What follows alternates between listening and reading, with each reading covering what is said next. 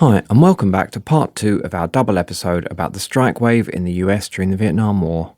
If you haven't listened to part 1 yet, I'd go back and listen to that first. Alla mattina, appena alzata,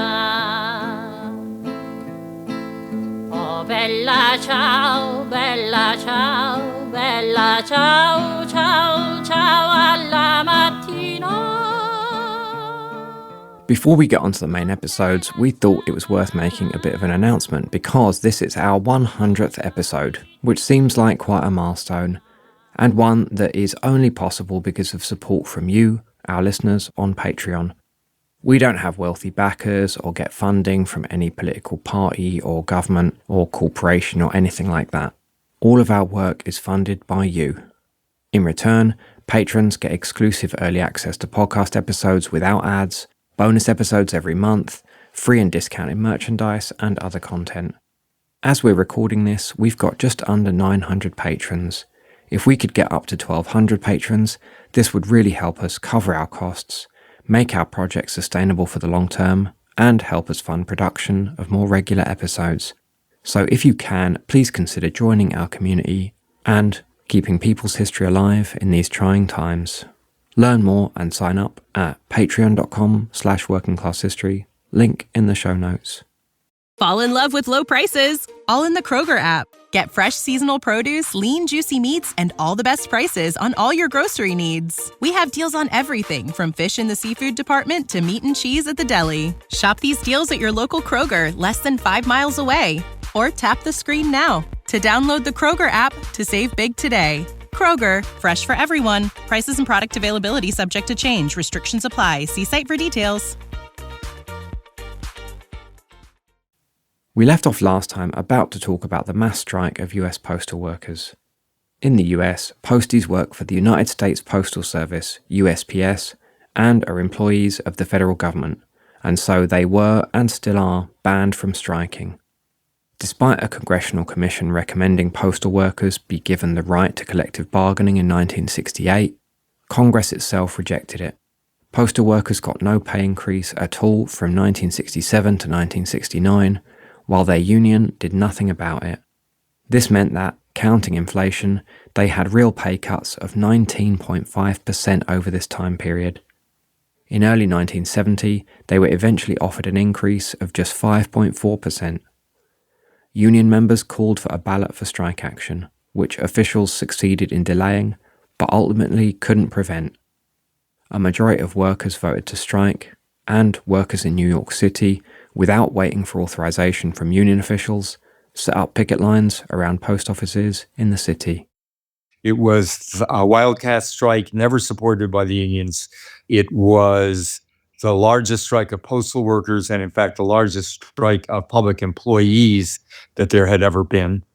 It started in New York with a few locals that decided to go on strike and then spread and became extremely widespread in New York. And then within days, people from all over the country began calling in and say, we're going out too, we're going out too. And it became a strike that involved hundreds of thousands of people around the country. It grew out of near poverty conditions or actual poverty conditions that postal workers were facing, with many postal workers on welfare in order to get by, and just not what was regarded as something that was acceptable if you were working. So the union completely opposed it, ordered people to go back to work. They did not go back to work. The National Guard was sent in. Ultimately, the United States Army was sent in. 25,000 troops occupied the post office in New York. There used to be an old saying, when they send the military in to force the miners back to work, you can't dig coal with bayonets. And so the postal workers adopted the slogan, you can't sort mail with bayonets. And from what we were told, the Army went into the post office and started sorting mail, but it's not clear that the mail was better sorted after they went to work than it was before they went to work. It was not a successful military operation from the point of view of getting the mail out. This unsuccessful military operation in breaking the postal strike was mirroring the unsuccessful nature of US military intervention in Vietnam itself. It might have been successful in that they got the troops into the post office, but it was not successful from the point of view of getting the mail out of the post office. And there was essentially a fake settlement that was worked out between the union officials and the Postal Service. And then the workers were told to go back to work, and they didn't. By this point, the strike had spread to over 200 cities and towns across the country. There became a complicated situation. I don't want to go into all the details, but essentially there was a tacit arrangement that negotiations would not begin until the workers had gone back to work. But as soon as they went back to work, not only the Postal Service, but the president and both houses of the Congress agreed that they would make a major raise for postal workers and meet many of the other demands. And that's essentially what happened. The postal workers went back to work, but they created an independent organization and told the union leadership, if you don't have this settled in a week or so, we're just going to go back out, and we have the organization to do it. So they went back into the post offices, and Congress passed the legislation necessary to give them a raise and to put them on a decent footing for the future. Congress awarded an immediate 6% pay increase to all government workers, with postal workers to receive an additional 8% with a reorganization plan later. It was not everything that they wanted, but it made a huge difference in the power of the postal workers. There was a point at which the head of the Federal Employees Union, AFGE, said he was being overwhelmed by telegrams and calls from local unions all over the country who represented other government employees, saying, if the postal workers can do it, why can't we? And demanding that he call strikes for them. And that was part of the reason that management decided it and the government decided it had to settle fast with the postal workers, because the damn thing was really threatening to get out of control. One of the most vociferous locals, he said, for demanding a strike was one that organized the logistics for the American war in Vietnam. Now, that doesn't mean the workers were striking against the war, but it meant that the demands that they be patriotic and support the war had lost the power and credibility to direct their action. In wartime, governments and national media typically denounce any kind of strike as an attack on the nation and say it's putting the troops, the war effort, and the country at risk. So any wartime strike is significant because it is seen and reported as an attack on the troops and the nation. It was certainly true in the context of the Vietnam War that the strikes were portrayed as unpatriotic, as undermining the war effort, partially directly if we were producing things that were needed, also because inflation and the economic conditions, high demand for labor, meant that if people struck effectively on a large scale, they actually were able to win substantial wage increases. And that was something that then the government blamed inflation on those wage increases. This, in fact, happened with the Teamsters strikes that we'll probably get to here. It wasn't just not producing what was needed for war, but also adding to inflation. And the inflation was, of course, actually caused by the war, but something that was portrayed as itself interfering with the successful prosecution of the war. And the United States actually established wage and price controls in the latter stages of the Vietnam War as a way of trying to prevent wage increases above inflation. The next major dispute involved truck drivers in the Teamsters Union. One of the most powerful of American unions was called the International Brotherhood of Teamsters, usually known as the Teamsters Union. It went back to the era of people who hauled freight using horses, a team of horses. And so they were known as Teamsters. And they were a very powerful union throughout the country, a very decentralized union. So the local groups had a lot of control and were both very important in terms of their numbers, but also very, very important in the labor movement because their ability to tie up traffic, to make the delivery of goods to factories difficult if they wanted to. Many, many strikes were won by industrial workers, auto workers, and other kinds of industrial workers because Teamsters refused to deliver across their picket lines. So they had a very important role in the labor movement and in labor solidarity. The Teamsters Union was another case where the trade union leadership had been in cooperation with management to a very extreme extent. The head of the Teamsters said that the Teamsters will never tie up American freight with a nationwide strike, for example. This leadership then negotiated a new pay deal with management. The union leadership negotiated a contract for essentially the central part of the country that was where all the freight for the entire country was in there and going across there. The agreement brokered between management and the union in 1970 gave pay increases of $1.10 an hour over 39 months. The workers rejected it and began going out on strike and doing truckers' blockades. Drivers in 16 cities including Toledo, Columbus, Kansas City, Milwaukee, Cleveland, St. Louis, Atlanta, Chicago, and others walked out on wildcat strike and set up mobile picket lines to intercept drivers at key locations, for example, at crossings of the Mississippi River. Essentially, somebody would be kind of bringing a truck along, and they would pull the truck in front of them and say, essentially like roadblocks in a wartime situation. And then the workers who were driving the trucks through might say, yeah, well, I agree with you, this is great, and join them.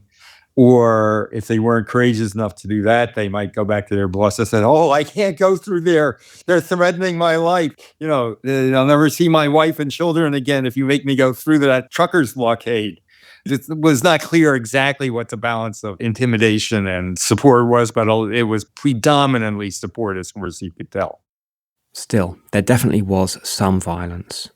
The New York Times reported that some trucks had rocks thrown at them, windows had been smashed, tires slashed, and air hoses severed. The mayor of Cleveland claimed that strike-related violence had affected 2/3 of all counties in Ohio. The West Coast companies said, we can't get our trucks through. And the entire traffic between the West Coast and the rest of the country was largely cut off. This is an old tactic in American labor. It used to be called a flying squadron. It came in with the coming in of cars in the 1920s and 30s. So you'd have a highly mobile team of workers, and if somebody heard that somebody was trying to break a strike, they would go to the location and put up a picket line, or you go and talk to people and say, don't you know we're on strike, persuade them to join. And this was essentially a revival of the roving picket line strategy. And it was incredibly effective. The United Press estimated that overall 500,000 people were off work because of the strike. The national head of the union told members to get back to work, as did the Federal Mediation Service. Trucking companies then started getting injunctions against the strike. Workers in St. Louis ignored an injunction for a month. In California, strikers instead called in saying that they were sick. 10,000 strikers were fired, but workers responded demanding a full amnesty as well as 10 days sick pay. The ultimate response was that the National Guard was called up in dozens of counties in Ohio and elsewhere in the Middle West to try to break the strike. Soldiers with helmets, trucks, and M1 rifles guarded roads, escorted trucks, and protected truck terminals. In some cases, strikers throwing rocks managed to repel police and National Guard troops. It was very unsuccessful. They just were not able to get people to start driving again or to let the trucks go through. And it ended up with the union going back and negotiating a new contract with several times as large a wage increase as had been negotiated previously. And then the truck drivers went back to work. The strike ended up lasting 12 weeks, and management had to accept a pay increase 2/3 higher than the one originally agreed to. It was very much in violation of the federal wage guidelines. And the impact of it was that other workers immediately began making demands for a similar kind of wage increase. And you had, within a year, major increases in the average wages for the entire country, basically because of workers who were emboldened by the Teamsters wildcats. So it's a very interesting dynamic. Each of these is, in some ways, a unique situation, as most strike situations are, but certainly something that you could look at and learn some lessons from for the future. In contrast to the unofficial wildcat strikes, in 1970, workers at General Motors took part in an official strike called by the United Auto Workers Union. The 1960s is distinctive in that almost all the major strikes and labor struggles took place as wildcats and in opposition to union officialdom. And there's one big exception, which we haven't mentioned, which was the General Motors strike. And that was a situation in which it was just about universally recognized that the purpose of the strike was for the union and the company to knock the wind out of the workers, get them to be less feisty by making them be on the street for a month or two. And it was essentially a strike by unions and management against the workers. If this seems bizarre to you, you're right, but it's thoroughly documented in articles in the Wall Street Journal and a book called The Company and the Union at the time that leaves no doubt that this is what was going on. Now, the GM strike is an unusual one, but it served an important purpose both for General Motors management and the UAW. For the workers, they wanted more money and better conditions, and especially given the other disputes which were taking place, felt that they could win them. The UAW wanted to assert their control over the workers. More than 10% of all agreements being made by UAW officials at the time were being rejected by rank-and-file members. And the recent death of the popular UAW leader Walter Reuter had also resulted in increasing division within the union. For the company, they wanted to reassert control on the shop floor, and so they were happy for workers to blow off a bit of steam in a controlled fashion, in order for workers to be able to get back to work and follow orders from management thereafter. So the intention was to have a prolonged all-out strike. As one UAW official admitted to the Wall Street Journal, quote, "The guys go out on strike expecting the moon. But after a few weeks of mounting bills and the wife raising hell about his hanging around the house all day watching TV while she works, the average worker tends to soften his demands." End quote.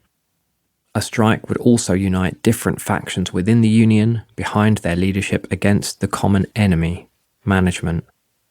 So, in September 1970, an all-out strike began of 400,000 GM workers across 155 different local bargaining units around the US. The union and management agreed that all local issues had to be resolved by the strike as well as the national ones, in order to try to draw a line under all of the turmoil nationwide. But while UAW officials thought they could reach a national agreement with management in around 10 days, rank-and-file GM workers were refusing to settle their local agreements. The strike started dragging on, and so General Motors even loaned the UAW $10 million to help cover the costs of the ongoing dispute. After 2 months, it started to look like perhaps the union management plan was backfiring, as the workers were so determined that even a long-running strike wasn't demobilizing or demoralizing them. In the end, UAW leaders and GM management held secret meetings in which they agreed to just settle the national dispute, leaving many local issues unresolved. And so after 67 days the strike ended, and workers won a 13% pay increase. Like the car industry, most of the other major disputes that happened at that time were also in predominantly male industries like mining and trucking. But women were deeply involved as well in these working class struggles. The backstory here is that women flooded into industry during World War II and then were largely pushed out again afterward. And there was an effort to return to the traditional male breadwinner concept of society and how the economy worked. But in fact, it didn't happen. After they pushed back, they came back in larger numbers, and by the mid-1950s, there was a higher proportion of women in the workforce than there had been at the end of World War II. However, they were concentrated in a very small number of occupations that were overwhelmingly women's work. The largest number who came in went to work in clerical occupations, in sales occupations, stores and wholesalers, and the traditional women's industries like the garment and textile industries were in decline in terms of numbers. And there was huge discrimination against women in the heavy industry jobs that they had briefly filled but then been pushed out of. So you had a growing number of women in the workforce, but concentrated in low-wage jobs, but also in white-collar jobs that didn't have traditions of labor organizing and resistance and didn't have, in most cases, the economic power that steel worker or garbage worker was believed to have. So you have also a labor movement that is almost entirely male in its leadership and not interested in most cases in organizing women workers. There are definite exceptions. For example, hospital workers in New York, social workers, and above all, teachers, both male and female, engaged in very militant strikes, lots of arrests, sit-ins, and so on, but on a local basis because the industries were generally organized on a local basis.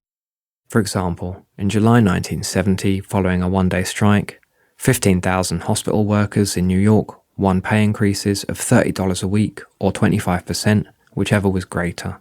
And in November 1973, around 30,000 mostly black and Puerto Rican hospital workers in New York walked out on strike, demanding the 7.5% pay increase they were contractually owed.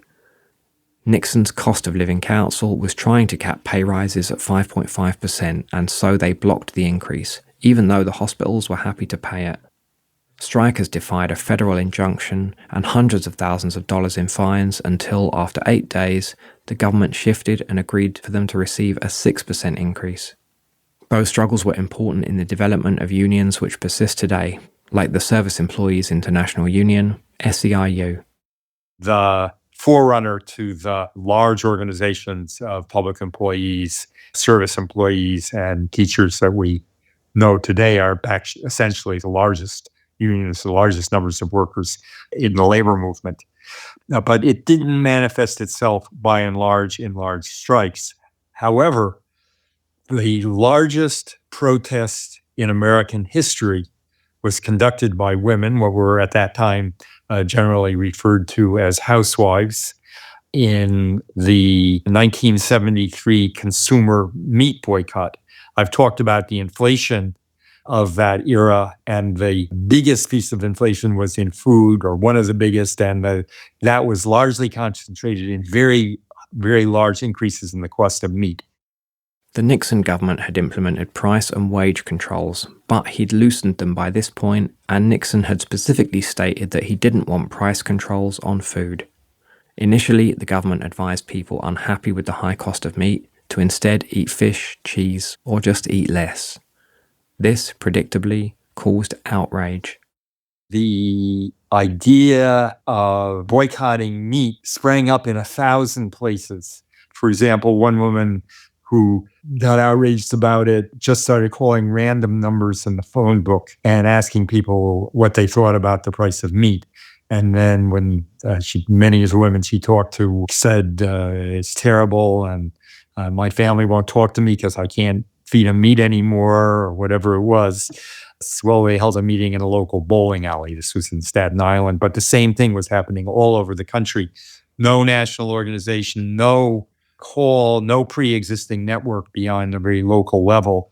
And yet it became coordinated on a colossal national scale. Thousands of women protested in the streets. Picket lines were set up outside supermarkets, and the New York Times reported that, quote, In some stores, militant women snatched cuts of meat out of their neighbours' shopping carts and restored them to the freezer bins. End quote. But at the same time, the paper pointed out that, quote, in general, no external pressure was used or needed to enforce the don't buy movement. End quote. Retailers reported that meat sales fell by 50 to 67%, and up to 200,000 meat workers were temporarily laid off. There was a Gallup poll that was done immediately afterwards that asked, did you participate in the meat boycott? And 25% of families said yes, which is about 50 million people at that time. So there's just really not anything that I'm aware of in American history that compares to it. Richard Nixon, a free market Republican, actually declared a freeze on the price of meat. And that was supposed to stop the boycott. On the 8th of April 1973, Nixon was forced to reverse course and appear on TV to announce new price ceilings on beef, pork and lamb to prevent them rising any further. The boycott was hailed by Time magazine as a, quote, triumph, and the most successful boycott by women since Lysistrata, referring to the ancient Greek comedy Lysistrata, in which women try to stop a war by boycotting sex. While the boycott didn't reduce the price of meat as such, it had been going up by over 5% per month, and analysts predicted it would have just kept rising until at least July. So although the New York Times attempted to claim that the boycott had little impact, it does seem clear that it was successful in preventing prices rising further. The boycott actually ended because it had made its point. It didn't have a vehicle to go forward and have some kind of continuing impact, and probably exhausted what could have been achieved with that tactic. But it put the economic problems of American families and put what women's responsibilities at that time largely were front and center in the national dialogue. From all of these different disputes over the period of the Vietnam War, Jeremy thinks there are a lot of lessons we can take from them which are equally valid today. Let's learn from it that the relations between rank-and-file workers and unions can become truly antagonistic. Clearly, there are situations at the opposite pole, and even in the 1960s, the campaigns by teachers and social workers and hospital workers involved a much more synergistic and positive relation. There are always going to be tensions in any organization between leadership and rank and file, but that shouldn't be confused with a situation where interests and practices have become completely opposed. There is a set of structural endemic problems with organized labor. I can only speak about the United States with any serious knowledge, and other places may be different and similar in various ways. But in the United States, the principal orientation of unions, starting from the beginning of the 20th century, has been to establish collective bargaining with their employers and to establish a stable bargaining relationship. And that has been reinforced by the rise of labor law starting in the 1930s, which was designed to allow workers to organize and bargain collectively, but also designed to create a structure that limited the extent to which workers were able to act on their own, pursue what they perceived as their interest, as opposed to operating within a tightly defined legal and institutional structure. And the reason that you get wildcat strikes and where you have workers opposing their union leaders is primarily because the unions, either because of their own structure and leadership or because of governmental laws, regulations, institutions, policies, but for a variety of reasons, the unions are functioning in ways that workers don't perceive as following their interests, and they don't have an institutional handle. Electing new officials, things like that, don't prove not to be effective as a means of dealing with that situation.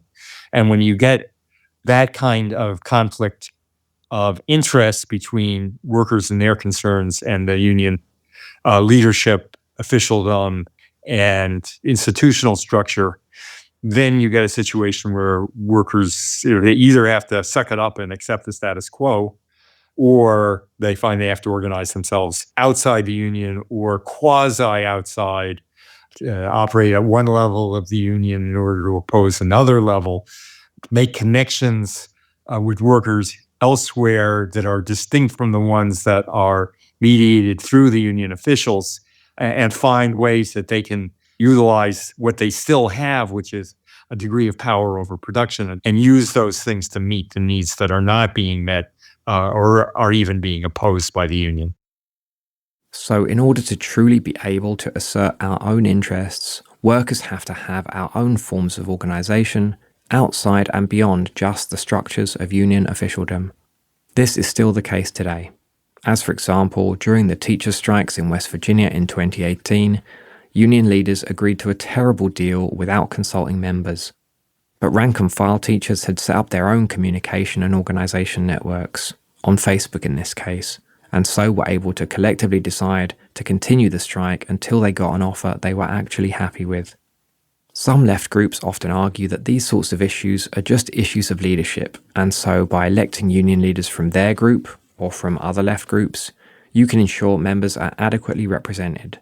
But historically, this is not what happened, as unions over this time period, such as the Auto Workers Union, did have predominantly left leaderships, and the fundamental problems were the same. That's was frequently a problem, and there's, by and large, you didn't have pattern. You had a number of caucuses that might be called rank and file caucuses, or the Caucus for a Democratic Union, that kind of thing, that attempted to address this situation by running candidates against union leadership. And they certainly, in cases, at least for a time, were able to have leaderships that were more effective on behalf of workers, but they were not able, by and large, to break out of the fundamental limitations that the institutional and legal structure imposed. So even with left leaderships, unions still had a situation where they had contracts with employers with no strike clauses. So wildcat strikes by workers breached these contracts, putting the union in financial and legal jeopardy, and potentially jeopardizing relations between union officials and the corporations in discussions elsewhere about gaining union recognition in additional plants. In the US, most unionized workplaces are union shops, known as closed shops in the UK, where union closed shops have been illegal for decades under European human rights laws, namely the right to freedom of association. Now, it's worth exploring the origins of the union shop in the US. They emerged during World War II, when employers and the US government wanted to ensure no strikes would take place. The unions, on the other hand, wanted stable, dues-paying memberships, and they didn't have this at the time. Typically, many workers would join a union during a big dispute and pay their dues to local union reps, but over time they would lapse. So as an example, in 1937, after a successful wave of sit-down strikes in the auto industry, over 8,000 workers joined the UAW in Lansing. By the following year, though, only 1,000 were still paying dues. Some unions would have representatives set up picket lines to try to collect dues from members, and often workers would even skip work on dues collection days to try to avoid paying. In the steel industry, absenteeism went up to 25% on dues-paying days. Also, initially, the Congress of Industrial Organizations, the CIO Union Confederation, agreed to a no-strike pledge to support the war effort. After the German invasion of Russia in 1941, the Communist Party and their affiliated union officials also became strong supporters of the no-strike pledge. But then, workers had no incentive to be union members because the unions had promised not to fight. Unions as organizations, therefore, had a big incentive to support union shops with compulsory union membership. And as World War II continued, to try to ensure industrial peace and stop wildcat strikes, the National War Labour Board determined that only union shops, quote, would give labour officials the self-confidence and firmness to deal with their members and enforce their contracts, end quote. So they started being implemented on a wide scale through the introduction of so-called union security clauses in contracts with employers. While the union shop structure does strengthen workers in some obvious ways, like ensuring that no non-union workers are available to scab on potential strikes, it does also give unions a sometimes problematic role in managing the workplace along with the employer. For example, it means that when workers breach union rules and take wildcat or unofficial industrial action, unions can and do discipline them, and in a union shop, expulsion from the union means losing your job. This weapon was used many times against militant workers over this period. For example, in the US, in 1944, tire builders in Akron, Ohio walked out on strike in protest at a reduction in piece rates. The United Rubber Workers Union expelled 70 strikers and got them fired from their jobs. Then, when other union activists complained, they were expelled and fired as well. So this is just one example of a way in which legal and contractual frameworks bind unions as organisations to management and how it can result in negative consequences for workers. From our current vantage point, at a time when levels of workplace struggles are at a generally very low level, it can be easy to forget that the interests of unions and their members may not be the same, because often it's only in times of these really widespread, mass and intense struggles, like at the end of World War II and during the Vietnam War, that these internal divisions really become apparent. So it's important to look back at times like this to learn lessons on how we can really begin to fight for our own interests. One of the lessons we can learn from the Vietnam era is, if we're going to start a new labor movement, let's do it in a way that frees us from some of those constraints, because we're going to have to act in ways that go outside institutional and legal constraints anyway, as the teacher strikes have shown us. If we're going to have anything but individual isolated workers dominated by powerful employers, if we're going to have any kind of collective response and ability for workers collectively to affect their conditions, we're going to have to go outside the constraints of American labor law and the established institutional patterns of trade unions. Oh, bella ciao, ciao, ciao, ciao, partigiano, portami via, che mi sento di morire. Well, that's it for this double episode. As always, we've got links to sources, further reading, and eventually a transcript in the webpage for this episode. We've also got a link where you can get hold of Jeremy's book, Strike. Links in the show notes. We would highly recommend you get hold of this book because it's one of the best books ever written on the US workers' movement, in our opinion. It's available in our online store, and you can get 10% off it and anything else using the discount code WCHPodcast. It's only support from you, our listeners, which allows us to make these podcasts. So if you appreciate our work, please do think about joining us at patreon.com/workingclasshistory. Link in the show notes. In return for your support, you get early access to content, as well as ad-free episodes, exclusive bonus content, discounted merch, and more. If you can't spare the cash, don't worry about it at all. But do tell your friends about this podcast and give us a 5-star review on your favourite podcast app. Thanks to our Patreon supporters for making this podcast possible. Special thanks to Jameson D. Saltzman, Jazz Hands, Fernando Lopez Ojeda, Jeremy Cusimano, and Nick Williams. Our theme tune is Bella Ciao. Thanks for permission to use it from Dischi del Sole. You can buy it or stream it on the links in the show notes. This improved episode was edited by Jesse French, with original editing by Emma Courtland. Thanks for listening. Catch you next time. Del partigiano morto per la libertà.